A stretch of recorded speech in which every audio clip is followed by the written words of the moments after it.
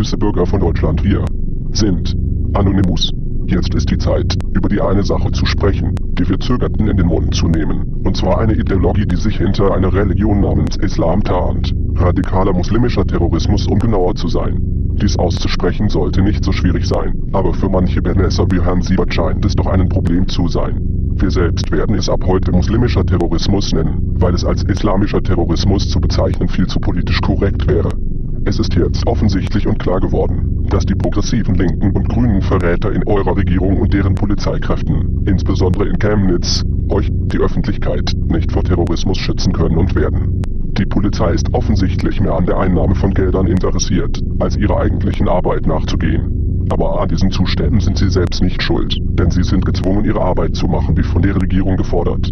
Würden sie es nicht tun, würden sie ihre Jobs und Renten wegen Nichteinhaltung der von der Regierung gesetzten Richtlinien verlieren. Erstens sind sie von der Merkel-Regierung geknebelt, die Verrat an das eigene Volk offensichtlich erlaubt, genauso wie die Medien ebenso geknebelt wurden, damit sie dem gesetzestreuen Deutschen immer wieder die gleichen Lügen der politischen Linken verkaufen und euch weiter in Angst und Schrecken leben lassen.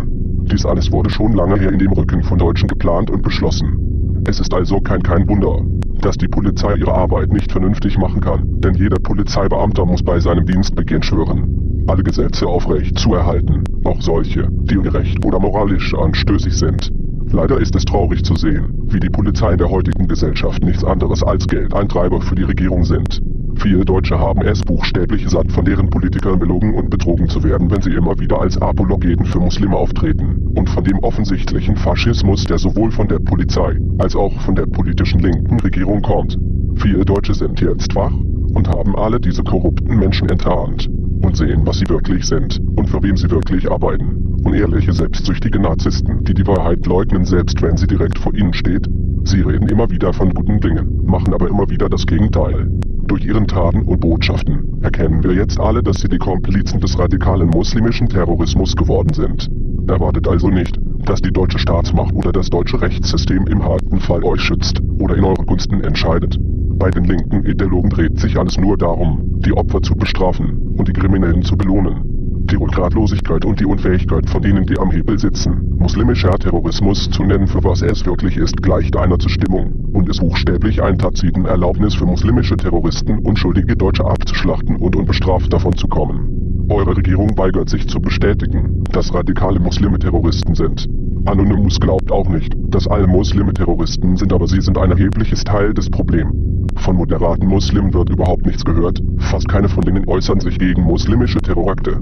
Wenn es einen Terroranschläge gibt, manche Muslime schweigen und andere jubeln im Verborgenen. Und wenn Deutsche sich wie in Chemnitz dazu wagen, diese Missständnisse zu denunzieren, werden sie mit Wutanfälle von Linken als fremdenfeindliche, nicht denkende Pimmel mit Ohren entwürdigt. Die Wahrheit ist, dass die Linken auf echte Fragen keine Antworten haben und wollen nicht debattieren oder eine vernünftige Diskussion über das eigentliche Thema führen. Die Linken sind mehr daran interessiert, schnell diese Diskussionsthemen zu verhindern und begraben, anstatt zuzugeben, wie falsch sie sind. Sie würden auch jedem sozial zerstören, der dies zu versuchen wäge. Wenn du als Deutscher denkst, dass dies alles sehr weit weg geholt ist, frag einfach irgendeinem liberalen Linken oder einem Muslim einer dieser eindeutigen Fragen. Warum leugnet die Regierung die Existenz des muslimischen Terrorismus, wenn selbst der blinde Franz es sehen kann? Wann zum letzten Mal in deinem Leben hast du jemanden mit einem abgetrennten Kopf in der Hand als einen Muslim gesehen?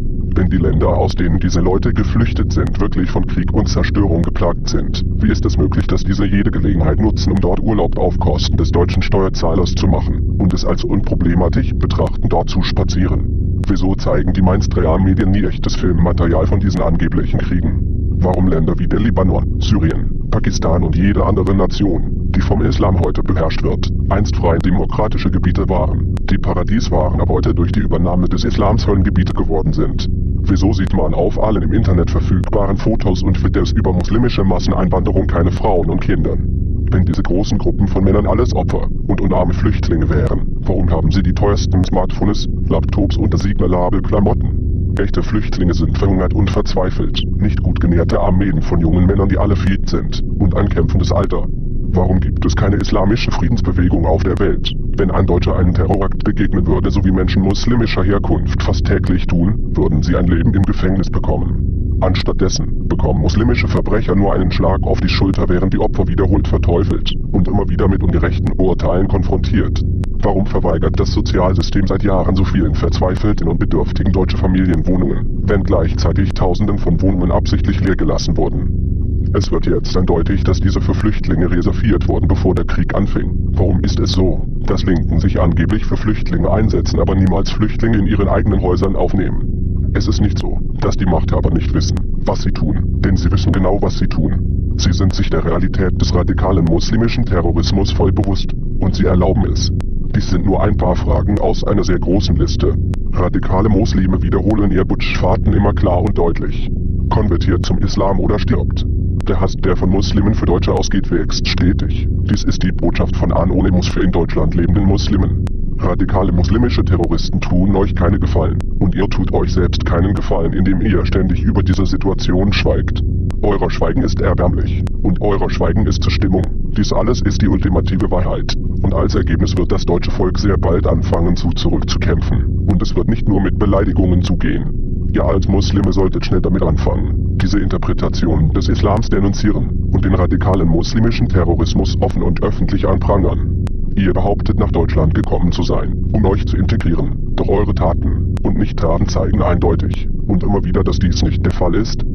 Entweder fangt an, euren Willen, euch zu integrieren, zu beweisen, oder kehrt in euren vom Islam kontrollierten Nationen jetzt zurück, wo ihr dann leben könnt, wie ihr es für richtig haltet. Die Deutschen werden niemals eure Lebensweise akzeptieren, wenn sie diese jedem im öffentlichen Raum aufzwingen wollt. Die Deutschen werden niemals akzeptieren, dass muslimischer Terrorismus eines normalen Bestandes deren Leben wird, wie eure verlockenden Politiker es ihnen auftischen wollen.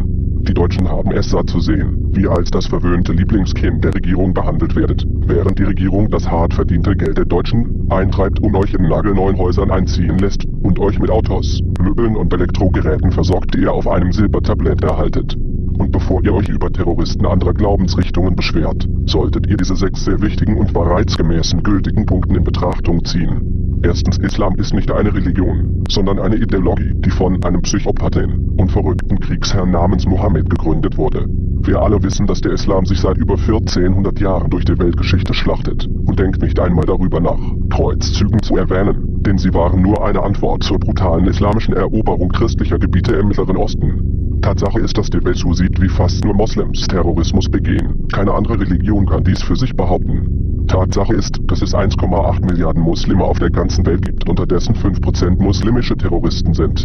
Dies bedeutet, dass 18 Millionen Terroristen frei rumlaufen, manche von denen auch in Deutschland.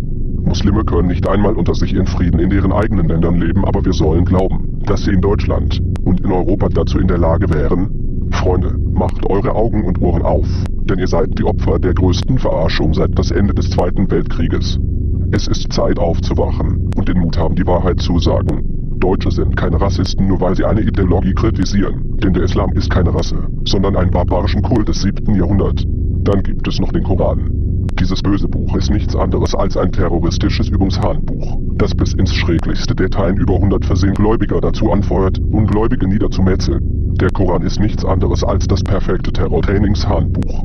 Außerdem wird Muhammad von Muslimen immer noch heute als Vorlage für den idealen Mann angesehen. Ein Mann, der nach dem Koran ein Kriegsherr war, der ganze Städte eroberte, alle Männer durch Enthauptung tötete und ihre Frauen und Kinder als Sexsklaven versklavte.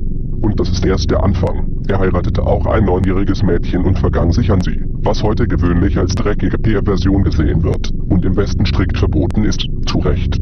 Ladet den Koran vom Internet einfach hier runter und liest, wie der Islam sich verbreitet hat und was Deutschland erwartet, wenn jetzt nichts Entscheidendes passiert.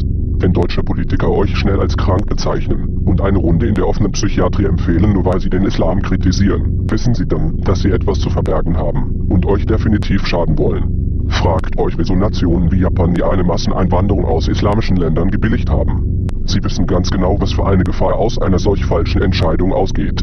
Aus demselben Grund weigern sich auch verräterische linke Politiker in Europa, den Koran in die Hände zu nehmen und ihn zu lesen, denn sie wissen selber, dass dieses Buch genauso wie Mein Kampf von Adolf Hitler verboten werden sollte.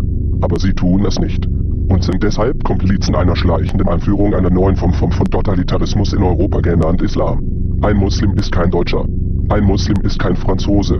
Ein Muslim ist auch kein Brite, Schwede oder Norweger, denn sie weigern sich zu integrieren. Und die Anzahl derjenigen, die es doch tun, ist so selten, wie es ehrlicher Politiker gibt, denn sie verstecken sich aus Angst, von der muslimischen Gemeinschaft verachtet zu werden.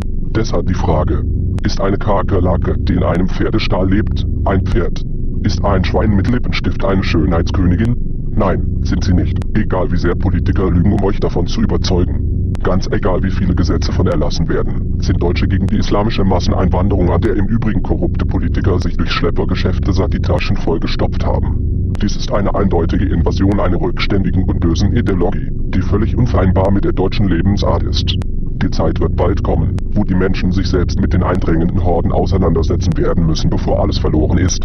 Da diejenigen, die sich eigentlich darum kümmern müssten, im Interesse der eigenen es nicht tun und das Gegenteil fordern, sind sie nicht mehr vertrauenswürdig und nicht mehr Repräsentanten des Volkes. Ganz egal wie viele getürkte Wahlen wie die letzte, wo Merkel noch einmal ans Ruder gelassen wurde, stattfinden. Wenn ihr mehr über die Wahrheit der Lage erfahren wollt und wissen möchtet, was auf euch zukommt, wenn ihr passiv bleibt, dann sucht im Internet nach Agenda 21. Diesen Plan hat mehrere Namen, Agenda 21 oder Agenda 30, aber da drin steht alles, was jeder Deutsche eigentlich wissen müsste. Viele Leute denken zuerst, dass es sich hier um Verschwörungstheorien handelt, bis sie anfangen, es zu lesen oder das Filmmaterial zu sehen und das Ganze mit der aktuellen katastrophalen Lage vergleichen. Deshalb Moslems, wenn ihr euch weiterhin weigert, an die deutsche Lebensart anzupassen, dann wird Integration für euch bald keine Option mehr sein. Wie es heute aussieht, bestehen zwei Möglichkeiten in der nahen Zukunft.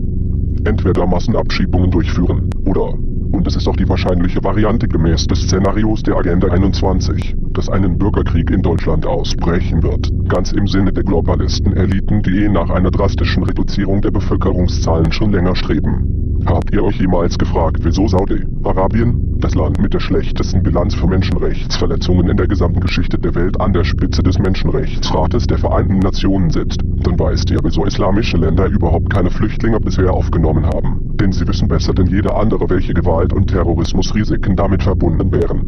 Und das wissen die Verräter in eurer Regierung, die das zulassen, was alle islamischen Länder vehement abgelehnt haben, auch. Wir sind Anonymous, wir sind der letzte Bastion für Wahrheit und Freiheit für die Leute. Wir sind eine Legion. Wir vergeben nicht. Wir vergessen nicht. Erwartet uns.